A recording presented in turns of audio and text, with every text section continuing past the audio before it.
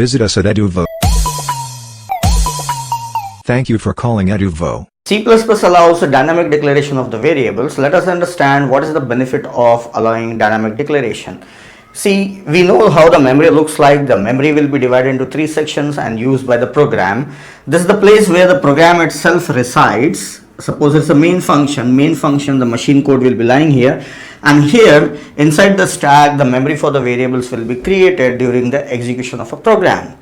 Let us see, I have a main function here. If I am declaring some variables a, b, c of type integer, suppose integer take 2 bytes, then 2 bytes for a are given inside the stack, then 2 bytes for b are given, and 2 bytes for c are given. So this total block of memory, I'll just put a bar here to show that this memory belongs to main function. So this is called as activation record of main function. So it's occupying total 6 bytes of memory. Now suppose you have some conditional statements, and inside this if you need a variable m, then instead of declaring a variable m here itself, if you declare it here, then it will occupy the memory here, just beside this one inside the stack. But instead of declaring here, if you require m only inside if statement, that is inside this block, after this if you don't need it, then instead of declaring there, better declare it here. So what happens, once it enters into this conditional statement, it will allocate the memory for m, and once the block ends, this memory is gone. And suppose here again you have one more if statement, then inside this again you need one variable, that is x, that is temporarily inside this block, then again 2 bytes of same memory is allocated and utilized for another variable x, and that x will be there in the memory as long as this if is executing. So that is the benefit. The activation record of this main function will be growing and shrinking as you go on dynamically declare the variables and they go out of the scope. Once this block ends, this m is gone from the memory. So the small size memory can be used again and again by different variables. Whereas in C language, all the variables must be declared only in the beginning, and whether you are using them throughout the program or not, it doesn't matter. So some of the variables may not be useful throughout the program, but they will occupy the memory space. So that was the drawback of C programming, but in C++ you can declare wherever you require. Now one interesting thing I'll show you. See, sometimes we need some variable, let us say k, and to this we will assign some expression, the result, and we have the condition based on this k is less than something, let us say a. Suppose we have to write down the statement like this. Now this k is only useful for if, but I should declare it before and assign some result of an expression. So I have to declare it outside. Once I declare outside, it is there throughout the main function. I want this scope of this variable also limited to this block. I want this to be removed from the memory once this if ends. So how I can do is, I can write the same thing like this. Integer k assign some expression, then k less than a. Oh, I can declare the variable here also inside the block. This is the new feature allowed in C++, that is in C++ 17. Version 17, this is allowed. Even inside the conditional statement you can have declaration, and followed by that you can have the condition. So the life of this k variable will be only limited to this if block. Once the block ends, this will be removed from the memory. If suppose it is declared here, then it will go away once the block ends. Now one more thing that is found very common in C++ programs is that inside the for loop, if we require a counter, then we declare the counter here itself, I less than some 10, I plus plus. We write declaration of this I here only, and this I will remain in the memory throughout this for. Once you come out of the for and you try to display this I, it is undefined variable. So this is the common thing found. So it is preferred to better utilize the memory. So you can write down efficient piece of code using C++. So you can efficiently utilize the memory in C++ with the help of dynamic declarations. C++ allows declaration of variables wherever you like. You can declare them instantly wherever you are using them. Whereas in C language, we were supposed to declare all the variables in the beginning of a program. Like suppose I need A, B, C, D, all the variables must be declared at one place. But in C++, suppose I have A variable and B, and I also need C, and I have to find some of them A and B and store the result in C, then that I require, suppose inside some conditional statement, I'll just write true here, and here if I need C, then I can declare C here itself and store the result of A and B in this one and C out C and L. Now this C is declared inside F and it will remain only throughout this block. So in C++, the scope or the visibility of the variables is limited to the block in which they are declared. Let me try to access a C variable. Here I will say C out C and L. Let us see what happens. See, it's an error. Use of undeclared identifier C. You can see this message is appearing here, error message. So compiler is giving an error message that C is not declared and I'm trying to use C. So this means that the life of C variable has finished here by the end of this block. I'll just run the program and see what it happens. Yeah, 15. It is displaying the sum of A and B that is stored in C. I'll remove these things. I'll show you one more. Suppose I want a variable C, in that I want to store the sum of A and B, and here I want to check the condition C is greater than 10 or not. This is the condition. Now this condition I have written based on this variable, that is C, which I have stored the result of A and B here. So I need a variable C only for checking the condition and entering into this loop, and after this if I don't require C here, suppose I don't need C here after if, I have declared this C only for using it as a condition or inside this if block. I want C within here only. But in this example I must declare C before if, then only I can use it in a condition.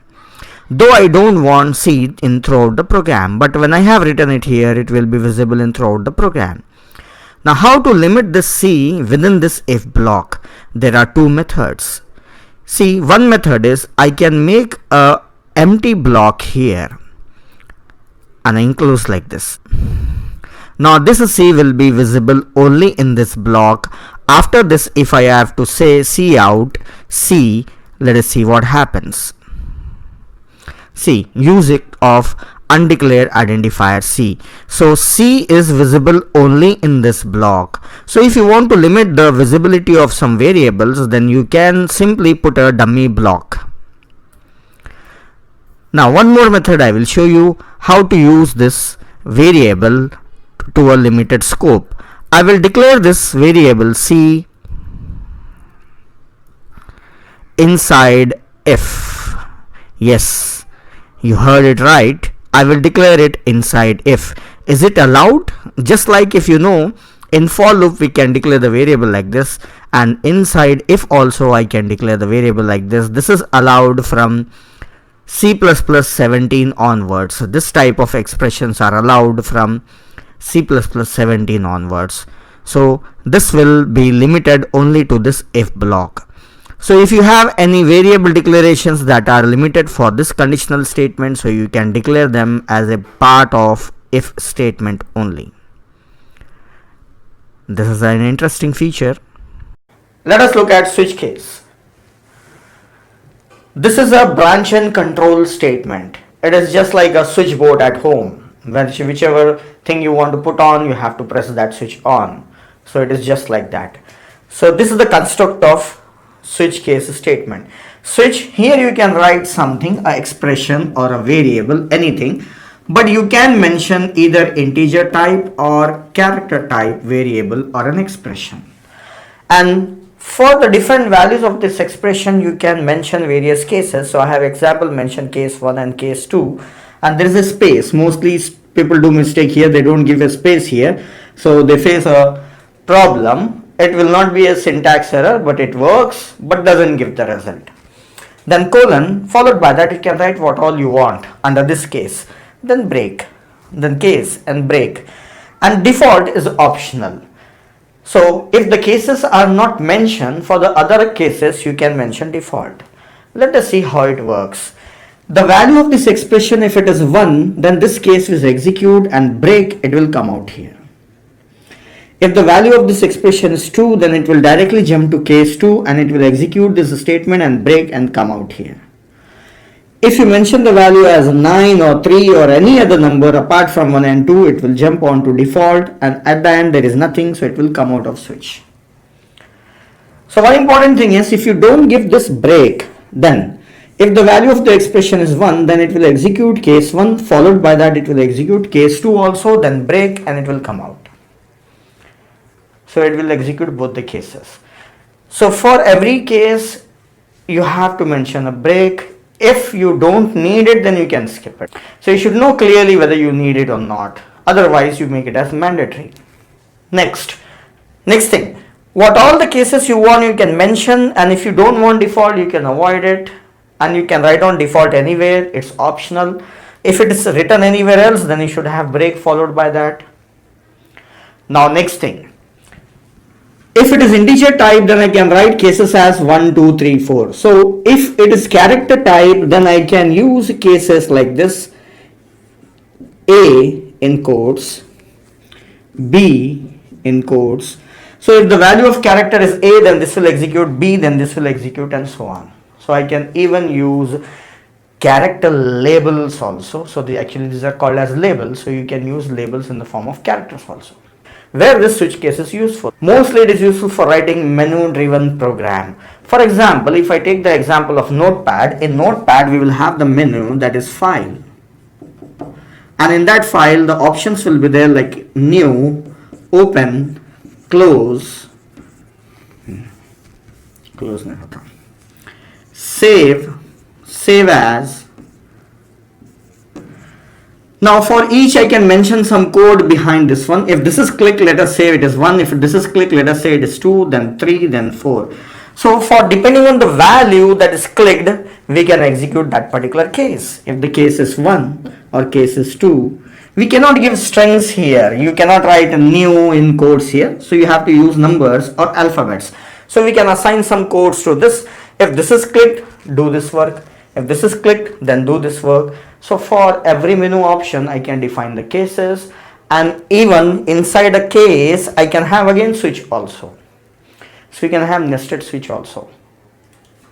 Like for file menu, one case, in that case again switch. If 1 is pressed, then new, 2 is pressed, then open. Like that we can mention the case. So menus are designed using switch cases. When we do that type of programming, we will see that. Let us look at an example using switch case. I will write a program to take a day number and display day name. Main. Here I will take a variable day and cout enter day number, cin day, switch. See, whatever the value is given, based on that day, in case if it is 1, then cout Monday and break. Then case 2, cout Tuesday and then give break. Goes on. Default, if it is any other value, like other than 1 to 7, days will be there. Other than that, we can say cout invalid day. Close. End of a program. So this program will take a day number and it will display the name of a day, whether it is Monday or Tuesday or so on. That's all about switch case. You can type this program by yourself and you can test it on your machine, because simultaneously practice is more important. Practice will make you perfect on C++. So practice this one, and the next video is on the program, sample program. Let us learn about switch case. Here for explanation, I will take a variable and this value will be 1. Now based on the value of variable, I will write switch case. So what I am going to do is, if the value is 1, I will display 1. If it is 2, I will display 2, and so on. So I will write first case, case 1, cout 1. Then as after every case I have to write break statement, so I have written a break statement. Then case 2, cout 2, then break, then case 3, cout 3, then break statement. I will also add a default option. Default, it's optional, I am using it. Cout, I will say invalid number. End of switch case. Now after this I will add 2 and else so that I get some space in between the output. Now here you can see that the value of x is 1, so switch case 1, it will jump onto 1 and print 1, and break, it will come out of switch case. Let me run and see what happens. Yeah, 1. Here if I make the value of variable x as 2, then it will directly jump on case 2 and print 2 and come out of switch. Let us run once again. Yeah, it is true. So similarly for 3 it will work. If I give the value as 4, then see what happens. There is no option for 4. I have only 3 cases available here, so it has jumped on to default block where it is showing invalid number. Even if I give -4, it will go to default. So other than 1, 2, 3, it will go to default. Now let us see what is the role of break. If the x value is 1 and if I remove break statement from here, and this break statement, I have removed 2 break statements. Value of x is 1, so it will come on the case 1, and there is no break, so it will execute following case. There is no break, so it will also execute next case. If I run the program, then I'll get the output as 1, 2, 3. All 3 things are displayed here. So it's mandatory to give break if you don't want the second case to be executed. So this is called as fall through in switch case. When it comes on to case 1, then it will fall through all the cases until it finds a break statement that will drag this control out of switch case. Let us check, can I write this default in the beginning or do I have to write only at the end? So I will copy this and paste here, and after this I will write break statement, and for every case I will include break statement. Now let the option be 1 only and see what happens. It's printing 1. If I give the option as a 10, let us see what happens. It will jump on to default. So default block can be written anywhere. This option can be written anywhere inside the switch. Let us use a debugger and see how it is working depending on the value. So I'll put a breakpoint here. So just I click here in Xcode, so it will add a breakpoint. So upon the number I have clicked, so it has added a breakpoint, and I will give this x value as a 3. Now I will run it. So it will stop here at switch. At this point it has to take the value of x and jump to the corresponding case block. So the value of x is 3, right? So it has to jump on case 3. Now I'll press function F7, that is F7. Now you can see that directly it has jumped on case 3 without checking case 1 and case 2. So that's how switch cases are faster compared to if and else. Same code I can write it using else if also, but switch case is faster in else if I use the same code, then I have to write many else if, and it will check all of them to reach at this point. So that's it. In next video you can find some examples using switch case. Let us write a program using switch case for taking a day number and displaying day name. Let us say 1 is Monday, 2 is Tuesday, and so on. I will declare a variable day and I will say cout enter day number, and scene read the value of day from keyboard, then switch upon day. Then case 1, if it is 1, then say cout Monday and /n for new line, and then break. Then case 2, cout Tuesday and /n for new line, then break statement. Case 3, same way I will write on all, cout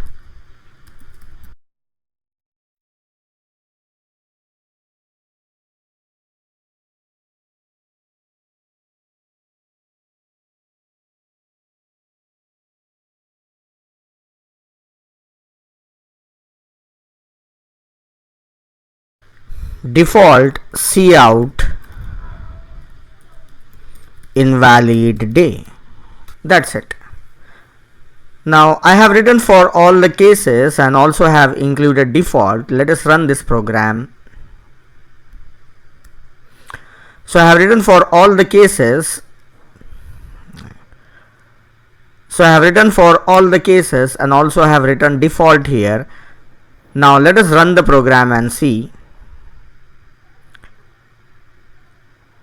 I'll give the number. Here I have to enter day number. I have given the number 1.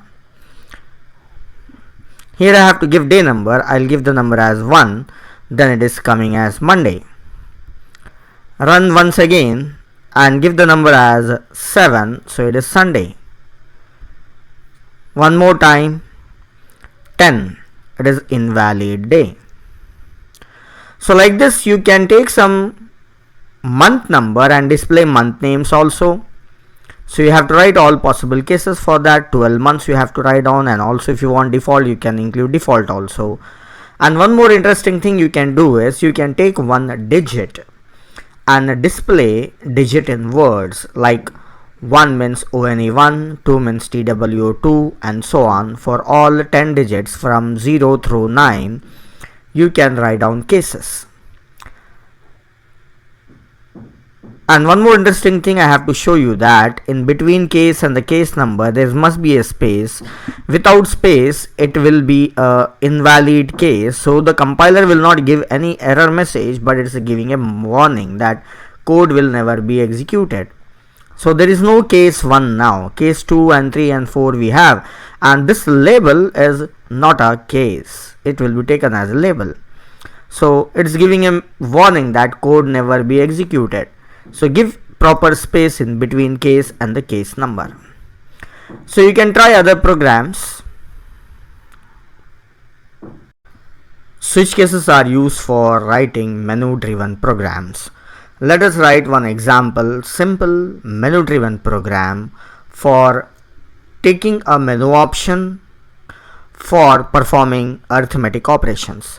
So what I'll do here is I'll take a menu option, then based on the menu option I will perform a specific task. So let me prepare some program, then you can see. First I will display a menu on the screen, that is menu /n, then cout.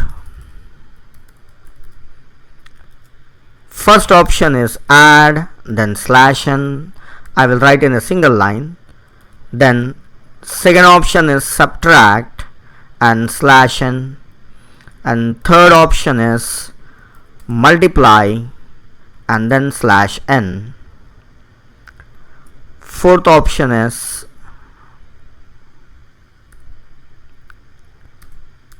divide and /n. That's it. So I have written in a single cout statement all 4 menu options. Then here I will declare a variable option. Then I will say cout, enter your choice. Then cin, I'll read option from keyboard. Whatever the option may be, I will take 2 numbers and I will perform the operation based on the option. So for that I will take 2 numbers. So for that I am declaring variables, and also I will declare C.